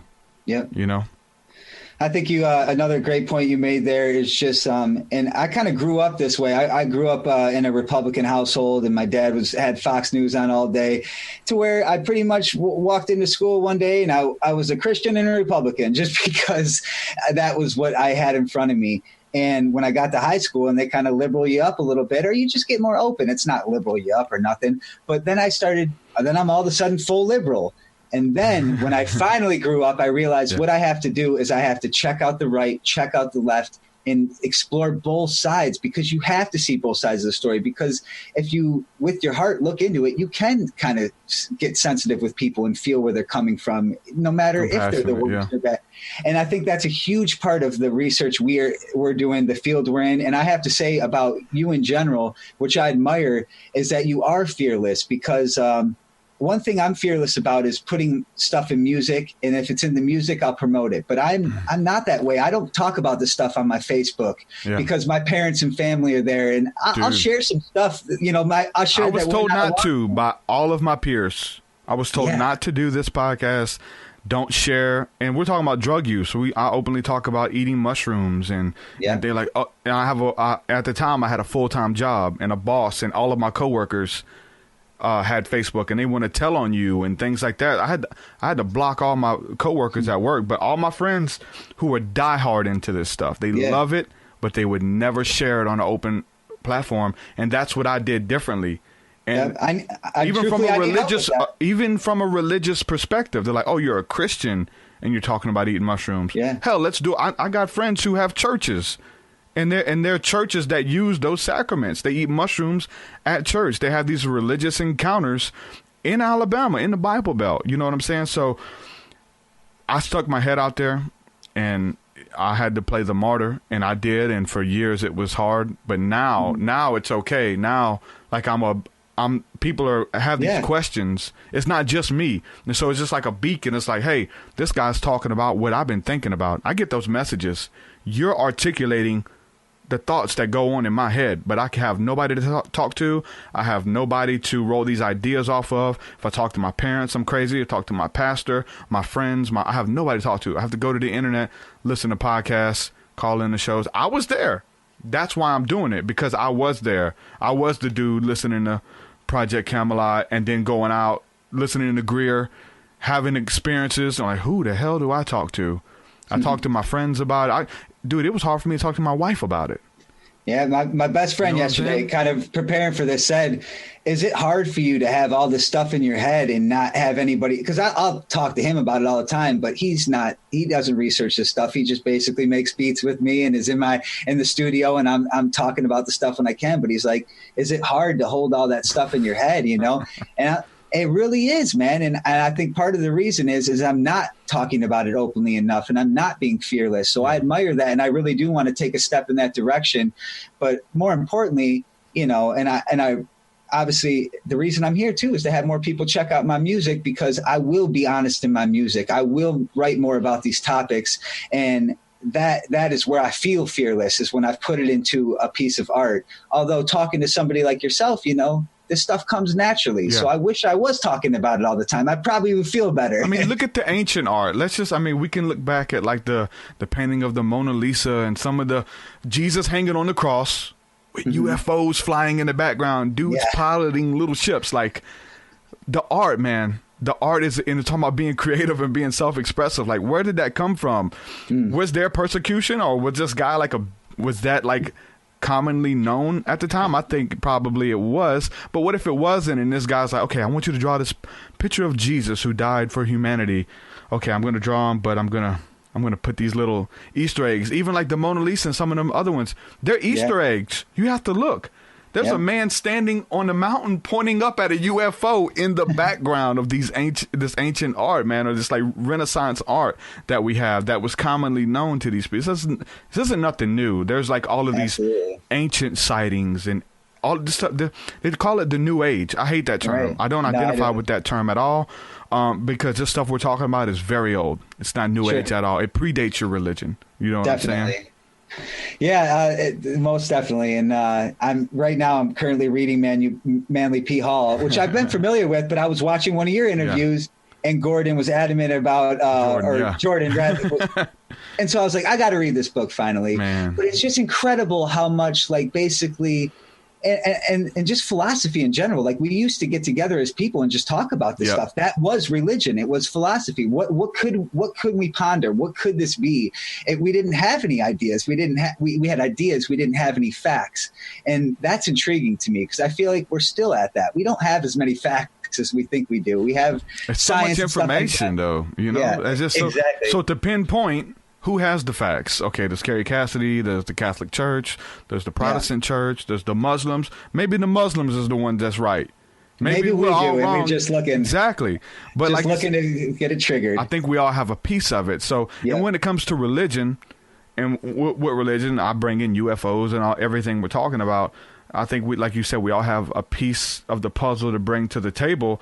And when it comes to the spirituality behind the religion and the terminology, I think we're all talking about the same thing. There is a universal presence. There is a universal God, if you will, whether it's an alien that created us and we call him Yahweh and other people call him this and that and blah, blah, blah, blah, blah, blah. But they're still connecting, whether it's you go internally and we have antennas to connect with this energy, and we're all with the language barriers and what we can relate it to and say what it is. I talk about the Kundalini and the Holy Spirit and Chi energy, Tachyon energy, the pranayama. I think all that's the same thing. That's called different things in different religions, but I think it's all the same thing. And people are so caught up on being right. Say, no, it's different. And obviously with each culture, there's going to be some difference. There's going to be some variance and stuff, and people who have kind of marketed it and called it their own. But I really think in all of this, we're looking at the same thing, and we're just kind of interpreting it from our standpoint of view. You know, from our point of view, which we're standing looking at the same thing, you know? And it is pretty incredible that all across the world we have some of the same stories. That in itself, you know, from what's been carved into pyramids or whatever, or the pyramids made everywhere. It's like it's such an anomaly that we are clearly talking about the same things. Well, maybe it's not an anomaly, and it's just like we're after the same spiritual thing, and we're just we have so many different metaphors for what is our, you know, what we're doing here. And but kind of one thing you made me think of is a lot of people, when you talk about this stuff and they're into religion or they're into the Bible or they have faith, and they're not into this stuff, but it's like the Bible talks about so many different stuff: giants, angels, monsters. Even just the angel thing with Christians. A lot of Christians believe in angels, guardian angels, but there are no demons. Like they've like in their mind, demons don't exist, or they passed away, or Jesus rules and there's no evil. But a lot of church people do not believe in demons. Yeah. Or we have the other way around. In the churches, the charismatic churches I come from, they love talking about demons. Oh, I had a demon on me. I was smoking meth and there was a demon on my back. And I got friends who have these crazy encounters with demons. And they expect demons. They look for casting out of demons. But when we talk about angelic contact, okay, I was stargazing and the Lord spoke to me. I seen an angel. He drove by, stopped, said hello, kept going. Like, I've had that happen. And when we talk about angels, they're like, no, that's not happening.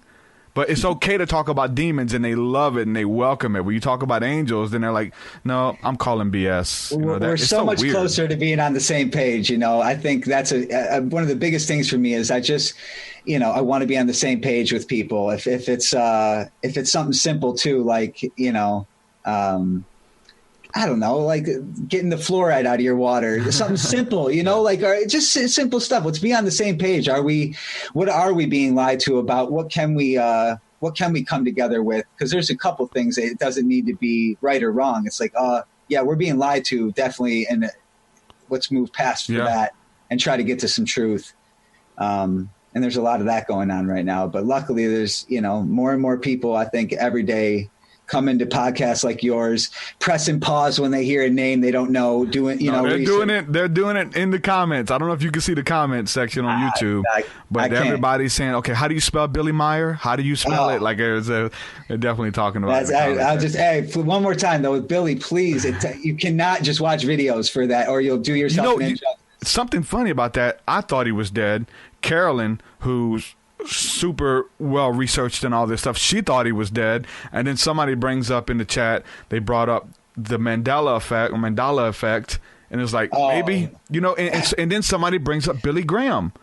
I thought, I'm a Christian, like I thought Billy Graham was already dead. He died yesterday, rest in peace. But I thought he'd been dead for some time, you know. And the Mandela effect really gets me, man. That's another thing that kind of throws me off of my grasp of things. It's like, what the heck is this, man? I don't like this feeling. Maybe it was right to you, like you're saying. You created it, and at some point you've seen it in the movie, and it became truth to you. You didn't know, but you live your life like Billy Graham's dead. You know, you speak of him in the past tense, even though this man is still living and thriving, you know, and it's like that with everything. And it's with religion, cognitive dissonance. And we look at people like the Mormons and people who like are into polygamy today. Like they're still trying to like live by these biblical kingdom standards where like a woman was of age at the age 13 or 12 or whatever. Like there's people who still believe that that's truth, and they're still doing it. Most Christians will scoff and laugh. Oh no, that's pedophilia. They were not, but people are still like, religions are based on that. Islam, like they're still doing that. That's their truth. That's totally disgusting. It's demonic to us now. But people in their mind, and they'll go to their deathbed living with that truth that's right to them. That's deep to think about. Yeah, it's wild. And who's to say they weren't? Because that, I mean, no, you can definitely. That's another thing. At that point in time, like 2,000 years ago, whatever, they were right. That was like that was their truth. It was the accepted truth, and some people still hold on to that. That's the weird thing to look at, and all of this stuff that was. It's weird how all of it's little bit by little bit we're evolving, we are changing, we're becoming something else.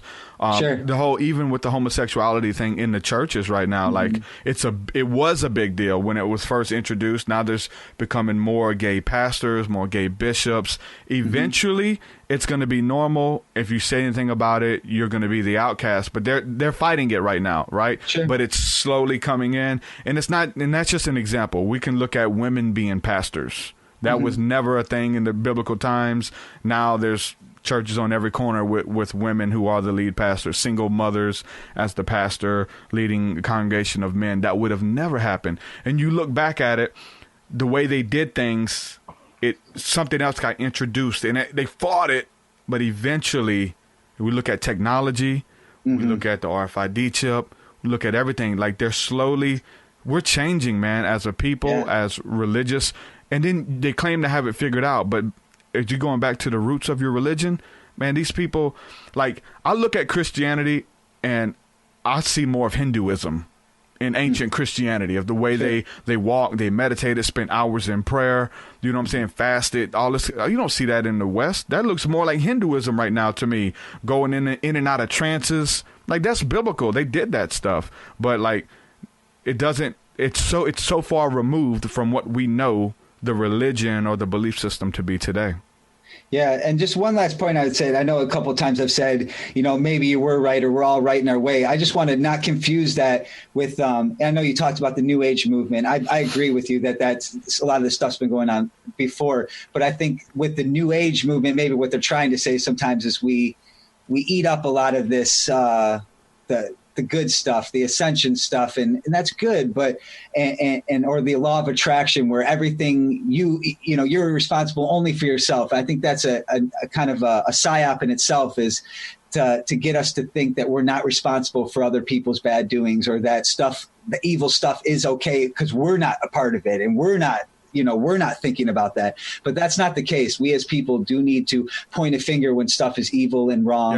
Yeah. And we can't just say, because we're on the right spiritual journey, we don't want to entertain that. No, I've been there. Mark Passio is a great person to check out, who's definitely who's put me on that term. Like, listen, we got to fight for this stuff, and just not go, oh, everything's okay because I'm spiritually in tune and I just don't want to affect what they're doing. It's like, no, we really have to know what is right and wrong. I could see a little bit of that. We're all at walks in our life, and we all.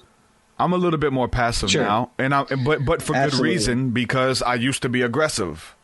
You know what I'm saying? I couldn't have a conversation with you for believing something different. I wanted to show you why you were wrong, and me and my crew and my people, and I talk about this all the time because this is big, but you find validation in other people believing in what you believe, or if I can win you over to this realm of understanding. And that's still going on. It goes on in religion, but it's universal. It goes on. It's human nature. With absolutely. You know what I'm saying, ufology, and Carrie Cassidy having her interview with Stephen Greer, and I'm right. No, this is it. No, this is it. And if who was to say if one would have won the other over, how that would have made them, that gratitude, and especially if somebody with a seat of authority, somebody who's a little bit bigger in those realms. And so it's the same way with religion, and wanting and having validation by others believing in what you believe.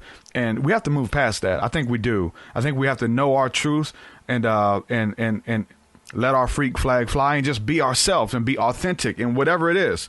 Like, and this is me. I'm tattoos and, bad speech at times, you know what I'm saying? And, stuttering at times, and that's me. I'm one. I feel like I feel like I'm one of the last people who should be doing a podcast. As far as wanting to listen to, but something's working there because people are freaking listening to it, like the information that's coming through, and that's what it's about, being authentic. You look at Joe Rogan. I got friends, and I talk about this all the time. I got tattoo artists who love what they do for a living. They're themselves. They get to clock in and they're on the clock doing what they love to do. And Joe Rogan does it. Illuminati Congo. I have these people in my life that I've met, and I just see this, like, they love their experience. They love everything about it. And now I'm at that place. I love everything, and I'm trying to share that with people and let them know what's working. Like, this is what I did. This is what I'm doing. Me and you talked a little bit before we went live. It's about consistency. It's about showing up and doing what you love and enjoy doing. And if you enjoy getting into conspiracy theories, keep doing it. Like, be consistent with it. Like, if you enjoy, there's people who enjoy, though, like working at McDonald's. There's people who enjoy driving, doing, you know what I'm saying, the delivery driving jobs. But there's people who are just restless within them, and they feel like they want something more, and they want to be this, but they're stuck here, and there's a gulf in between. And I think that even the religious books are talking about this. How do we manifest that and walk in our calling and become that person that we see in our mind's eye, man? I think that's what the religious text is about as well. We got a community, and I think we do need to come together more. I think what we are coming together is a lot of people are coming to the podcast and viewing, but there isn't a lot of places I can just openly talk about this. And I hope that changes. I hope that one day. It's changing. You have to create it, man. Yeah, exactly. Whatever it is, no matter how big it is, how scary it is, nobody will listen to me. Do it. If that's your vision, stick with it. We're doing it, man. Like, I'm not the only one. I'm inspired by other people, like, and then putting my twist on it and adding what I like from this guy and what I like from that guy and then who I am. It could be done, man. Whatever you want, don't be scared. The music, the podcast, the community. We have a roundtable now. It's called the School of the Mystics. We do on Thursday nights, and it's for like people who are supporting and stuff. But we have a community there that we're building with, where people don't have to just be like a spectator.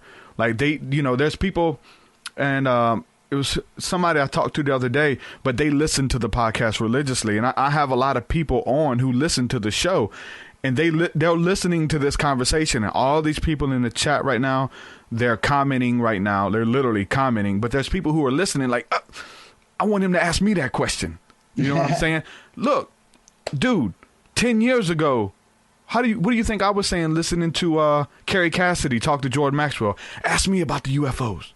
Ask me about the aliens. Guess what? The law of attraction, the law of imagination, like all of it, it happened, bro. We're creating this as we speak it, as we believe it, and being consistent. Don't just think of it like, hey, that would be cool. Man, I thought about that for days. You know what I'm saying? I confess it. I walk in it. I believe it. It came true.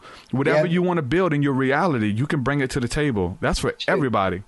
Let alone that's how you start your podcast each day, and saying that this is working. This is, that's great. Saying it out loud, not only, prayer a lot of times in our head, which I believe in the power of prayer so much. I believe, people could be an atheist, but please, you practice the power of prayer. Even if you're an atheist, watch, it works, Speaking over people too, like you do it for yourself, and then we do it. And so that's praying for people. Absolutely. There's a big difference in the church to like pray for a healing, and God, would you please heal my brother? My brother's suffering from a mental illness. There's a difference if we look at how the prophets and Jesus and the disciples said it. They didn't beg God to do something. They declared it. They declared it. They say, in Jesus' name, you're going to be healed. You're going to be whole. I speak wellness over you. I've seen it, bro. I've had phone calls with people whose legs won't move, and they're on the other side of the world. And we're on the telephone together, and I begin to speak to their legs, and they get feeling in their nerves again, bro. Like crazy stuff. And it's because I believed that before I said it. It wasn't like, God, I hope maybe if I pray this, maybe you'll heal them. I said, I believed it in my heart and in my mind. I confessed it over them. Miracles, dude. I've seen so many miracles. That's why I believe there's something to this thing, whether it's the confession and with the faith and whatever. You have faith, whatever you believe will be possible. That's for good stuff and bad stuff. You believe in bad stuff and negativity and, I'm just always broke, man. I don't have time I would love to do a podcast. I don't never have time. Or just start confessing it. I'm going to make time. I'm going to find time. I'm going to make these connections on my lunch break. Dude, I'm telling you, man, I wrote all my albums working on a job somewhere. You know what I'm saying? Like I did, like you have to make time to do it. I could have did so many other things, man. But this is the power of manifestation, man, and creating the life that you want for yourself. Absolutely. And I mean, the way you described healing right there, talk about Billy Meyer, that's exactly how he describes it. It is just the will, and you can the blind will see. Yeah. But you have to be so powerful in your determination. No doubt. And once you remove that doubt, we are creators. Part of the biggest part of removing the doubt is just doing it. for you to like, okay, if this doesn't work, I look like a fool. I look like a crazy person. So if you move out of your comfort zone and do it, like I've done this in public. Like I've been in hospitals and laid hands on people and prayed for people and seen them start crying and in tears and their back straighten up, just people death. Like I've seen this happen, dude. And part of of responding to the faith is you just doing it. All of us dream of this stuff, but it's the fact that if you step out in faith. And that's what the Bible is full of these things. This isn't nothing new. Like, I'm just like doing the stuff that I started seeing them do, and it's working. That's another thing. Even if it's only works in my mind and me and that person, because to me it's real. And we talk about the law of attraction, and we see it done with like The Secret.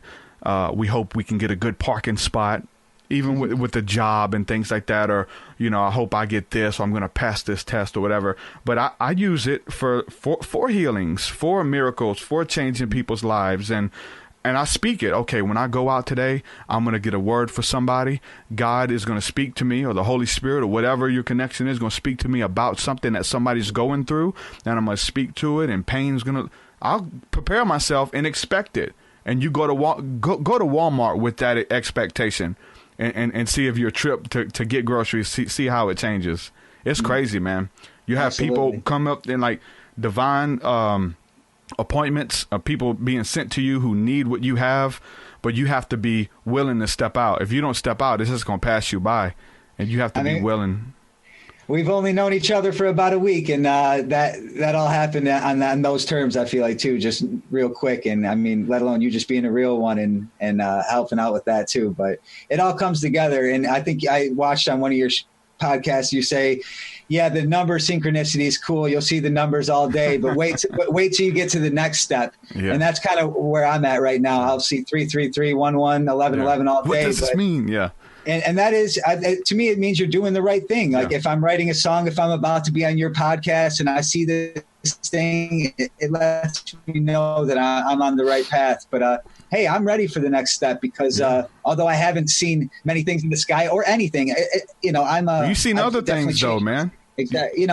You've seen other things. Absolutely. And it's only the beginning. I don't. You say people say how long they've been researching. Well, we don't end. Well, I'll be doing this till the end of time. It's just like I'm in here to learn. And I talk about the synchronicities, and I talk about the television, and you say something, and then it comes on right on the TV, right as you say it and stuff, and signs and wonders and all these weird things that only make sense to you in that moment, but they mean something. I talk about it all the time because we have to give examples and stuff, and it happened. There are seasons where it happens more than others, and I'll still talk about it, and it hasn't happened in a while. But yesterday, my wife sent me a Snapchat of her being silly, talking about cornholio from Beavis and Butthead, and she was just being silly, and because one of our friends' kid was walking around doing that. I'm cornholio. I need TP for my bunghole. This was Beavis and Butthead, but he said his name was Cornelius. It was cute because he has no idea who Beavis is. He just heard somebody say it. So my wife sent me that snap yesterday. I get home, we're watching TV. We watch this television show, and there's this kid on there. I was like, man, this kid looks like Beavis, man. As soon as I said that, he pulled his shirt over his head. I'm Cornelius. I need TP. I was like, what? And we looked at each other and we just started laughing. I was like, yes, Lord, I'll answer the call. You know what I'm saying? Good. I hear you, Lord, or whatever. Because it happens so much that it becomes comedic, but it lets you know that I'm on the right path, and pay attention to the information that comes through, man. We've seen a lot of people have breakthrough and stuff like that. Yeah. Whenever that happens. But I'm if anything, you're on the right path when you're seeing all of this stuff happen. Absolutely. Yeah, that makes me think of, I've had cross-reference a few times that we potentially might be able to see in the future by a couple days or so. Like our spirit conscious can predict or knows what's going to happen. That's why if we are in a serious situation, our other senses, because I believe we have more than our 5 senses, we probably have 7. One of them being instincts and stuff like that, which probably just comes from our spirit consciousness that knows our path more than we do. Because I really do feel like we have our body, and that's just our body. We'll do away with that. We have our soul, and we also have our spirit consciousness that goes from soul to soul with us. Yeah. That carries all of our knowledge. So Yeah. I might have learned this stuff in my last life. But, yeah, it works like that. But then again, you have to look at the flip side and say, maybe I didn't get that from the future, but maybe it came through like it was from the future, and then I created it and walked in it because I thought that it was going to come. Like in this, when we're talking about manifestation, I think that I'm going to be a successful rapper. I believe it, whether it's coming from an outside source. You should when people speak over you blessings, dude, man, people, I've been getting it a lot lately. They'll speak prophecies and blessings, and you're going to touch many people. Like I feel God when they do that, and it creates it. The power of the spoken word versus like the power of somebody speaking, you know what I'm saying, death over you and destruction and stuff. It's about the power of the spoken word and creating it. But we have to be careful there, man. There's just one scenario we talk about. I have some friends who are psychics, some really, really cool friends. And I guess I'm psychic to an extent, right? It's just the you know what I'm saying, the terminology you want to put on it. Sure. But I remember years ago watching Sylvia Brown, which was the world-renowned psychic in the 90s, right? She was on Montel a lot. And she would do readings for people on Montel's show. It's a talk show, people who don't know. People would stand up and they would ask about, you know, my loved one passed away. Do you know if he's in heaven or hell, or we can't find him? And she would give a reading and tell the person where it was. But there was something dangerous that she said that always caught me off guard, man. It messed with me because I know the power of the spoken word. This was a single woman, and she said, "Will I find the love of my life?" Sylvia Brown stands up and says, "Yes, but it's going to be your second husband.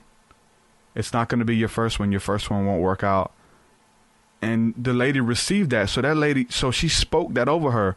So if she has her first marriage in the back of her head, she's going to think, you know what? Sylvia Brown said that the first one was going to be rocky, and that my second marriage was going to be the love of my life. This is how impressionable people are, and the power of expectation, especially with the Bible. We talk about people. We're talking about healing. Talking about people wanting to be healed or expecting. Exactly. There was towns that Jesus went in. He couldn't heal anybody. This is so-called the Son of God made manifest in flesh. Going in a town, you're telling me he couldn't heal people? No, because of their doubt and unbelief, he couldn't do nothing because they knew him. They're like, man, this dude's a carpenter. He's only going to be a carpenter in his hometown. Yep, I always say that Jesus was only a carpenter in his hometown. Yep. And I've seen that. I've seen that, dude. That's people who look at me like, oh, that's True Seeker. He's into Rastafarian. He thinks he's a Jew. He thinks he's this. He's experimenting. He's on mushrooms. Like they got all kind of stuff to say. But when the internet, or you go I've been out of town, and then we're able to see a lot more healings and stuff, and where people don't know you. They don't have you're not held down to them. Yeah, because it's because of their doubt or unbelief. It's not that we have any power at all. We're just a conduit for you and your faith. He said, because what did Jesus say when he healed people? Because of your faith, get up and walk. Because of your faith, you're going to be made whole. There was people. There was women who had children at home dead. He said, "Would you pray for my son so he'll get up and live?" He said, "Woman, because of your faith, your son's already alive. Go home." Touch the garment, right? Yeah, he didn't know. He didn't know that woman was about to touch his garment. All I gotta do is touch it, and I'll be healed. She touched it, she left. I'm healed. I have no facts for this or whatever, but it really did touch with me. And I was watching a podcast or something where somebody was talking about the placebo effect, and was talking about chemotherapy, and that chemotherapy might just be a self-healing process where people think that this is going to help them, so they start their placebo effect of self-healing, and it's a scary thing. I don't want to say that that's all chemotherapy is all bad, or that it doesn't help at all. It plays a big part in it, man. That to me, as a spiritual person, makes a lot of sense. Open. Like, if you want to heal yourself, you want to live, and you're not doubting it. It's there. You've assumed it. Being open, the healing power, forgiveness. Absolutely. That I was listening to a podcast the other day, and there was this doctor on. He was talking about back in like the 80s when the AIDS epidemic was real big, and they thought that if you had AIDS, you were going to die back then, right? You essentially were. But the people who were homosexual and open about it, they wasn't hiding it from their family, and they were getting treatment. All of these guys had AIDS, and they were going to get treatment. But the gay guys who were open about their homosexuality with their family and friends, and they were okay with who they were, they lived 2 years longer than the people who were hiding it from their family and scared to come out of the closet back in the 80s, just Definitely. because they were holding that stuff in, and they wasn't open with who they were and okay with being who they were. That's huge, man. We're like a tuner, you know, and we can vibrate the right way, and sometimes, and it's just, you know, if somebody hits us and a vibration comes through, boom, we can get in tune so quick, but we also can sit there stagnant. But, you know, Yep. When you play, it's like a guitar, man. When you play that note, it begins to vibrate. And the same thing with everything is vibration. Everything is in tune. And when you become, I mean, there's power of meditation when you're meditating to a note that's a certain frequency that brings about healing or brings about an aura or a frequency to make you feel a certain type of way, and you listen to that music. That's the power of music. And the power of vibration and the law of spoken word, which is vibration as well. The laws of universal law is dealing with vibration, and everything is moving, and we can influence that in positive ways or negative ways, man. Absolutely. Well, dude, before we jump off here, man, you want to go ahead and plug your links and plug your website, your album, all that good stuff. Make sure people download the new song that we actually have together as well. Absolutely. ALLiTiz, that's all it is. I never really got to talk about how I got my name. Let's talk about that right quick. All it is. Back in the day, my name was Dollar Bill in high school and stuff like that. I was going by Dollar Bill. And one day, you know, I was doing my drinking and smoking, and even in, you know, to hardcore drugs like cocaine and stuff like that. I called my best friend, who is my man Beware, who we produce together, make music together. I called him, and I was just going 1,000 miles a minute about our dreams, what we're going to do, and how this music thing is real. And after saying all that, I said, that's all it is. That's all it is, man. And right then and there, I just knew that's all it is. Took it as a name, yeah. It continued as people would be telling their stories in music or their stories about whatever, and then they'd say, that's all it is. And I'd say, that's all it is right there. And it's not, and a little bit I used to say, it's not my name, it's your name too, because you describe it when you say that's all it is. And that's what it is. And let alone all that is. That's what I'm trying to figure out the answer to. You know, what is all it is? That's the power of the spoken word. That's the power of amen. What does the word amen mean? So be it. When you say amen at the end of a prayer or at the end of a sentence, amen. So be it. So be it. So mote it be. And you know what I'm saying? Wicca, that's what they say. And the scriptures say, this is powerful too. The scriptures say that the promises of God are yes and amen. And it's referring to whatever you put out into the universe, when you say it's yes and amen, that's God's response back to you. I'm broke, busted, and disgusted. Everybody always hates me. People always talking crap about me. Guess what? They're going to continue to do it. But because the universe responds with, okay, this is what you want, this is what it is. Alchemist, bro. I'm going to read that. And that's it's a short read too, man. It's a short read.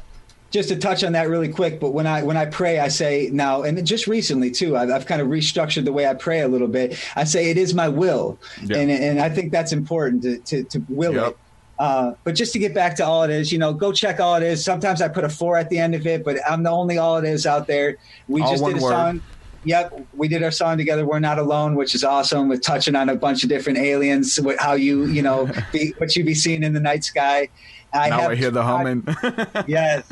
I have 2 projects coming out that are going to be touching more on this topic. One is called I Wonder, the EP. It's going to have 4 songs that are all conspiracy research, topic-based. I have another EP coming out called Magic, which has a song on it for my daughter, which is a really kind of a universal good kid song. And I also got a song on there called The Law of Assumption. So everybody gets to check that out within the next month or so. Yeah, make sure you guys check that out. Check out his album, all that good stuff. And we got to have you on again. I want to do some roundtable stuff where we have more people on and have a roundtable discussion with more people. I'd love to have you in on that. Absolutely, I'd love to. All right, brother. You have a good one. We'll connect soon. God bless and shalom. Thank you, everybody, for watching. Thank you so much for having me. I appreciate it, True Seeker. All right, brother. Peace.